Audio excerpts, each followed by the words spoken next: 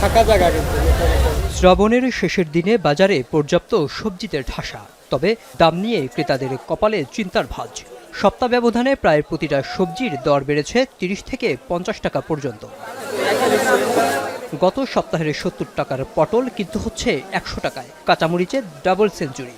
বেগুন, করলা, ঢেঁড়স, চিচিঙ্গা, বরবটি, কাঁকরোল কিনতে হচ্ছে ৯০ থেকে ১০০ টাকায়। বর্ষায় হচ্ছে ক্ষতি হয়েছে, তো আমদানি একটু কম, একটু দাম বেশি। গত সপ্তাহ থেকে ২০-৩০ টাকা করে প্রত্যেকটা তরকারিতে বেশি।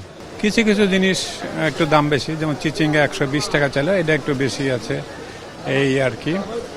টমেটো নতুন আসছে, এটারও একটু দাম বেশি দেখলাম। যারা মধ্যবিত্ত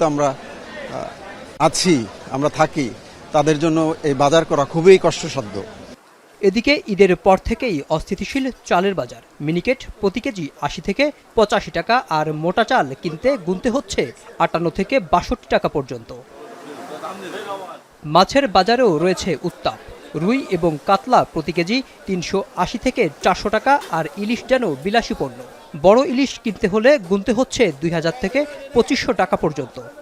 গত কয়েকদিনের তুলনায় মাছের দাম একটু বেশি। আমরা আজকে যেটা কিনি, কালকে আসলে দেখি যে আরেকটু বেড়ে গেছে। বাজার দর আজকে মোটামুটি আগের মতোই আছে, বাড়েও নাই কমেও নাই। তবে অপরিবর্তিত রয়েছে গরু ও খাসির মাংসের দাম। কাউরান বাজারে গরুর মাংস ৭৫০ টাকা এবং খাসির মাংস বিক্রি হচ্ছে ১২০০ টাকায়। মেহরাব সুমন, এখন, ঢাকা।